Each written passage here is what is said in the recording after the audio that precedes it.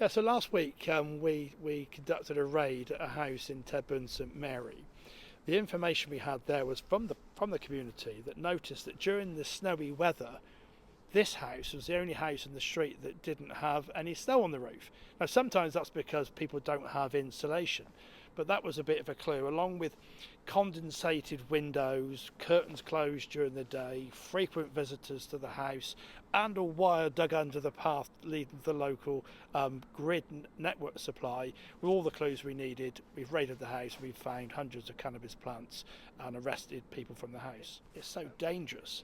It's a fire hazard, it's an electrocution hazard, and on top of that, they're stealing electricity from the grid. Not only are they engaged in criminal sort of networks of growing drugs at an industrial scale, they're stealing the electricity to power the hydroponics from all of us who pay our electricity bills and our standing charges. And these days those charges are significantly high for all the reasons that everybody understands. So the criminals through and through. Really glad to have locked a lot of good criminals up over the last week, and we intend to do it again in the very near future. So if we shouldn't put up with this, we won't put up with this in the southwest.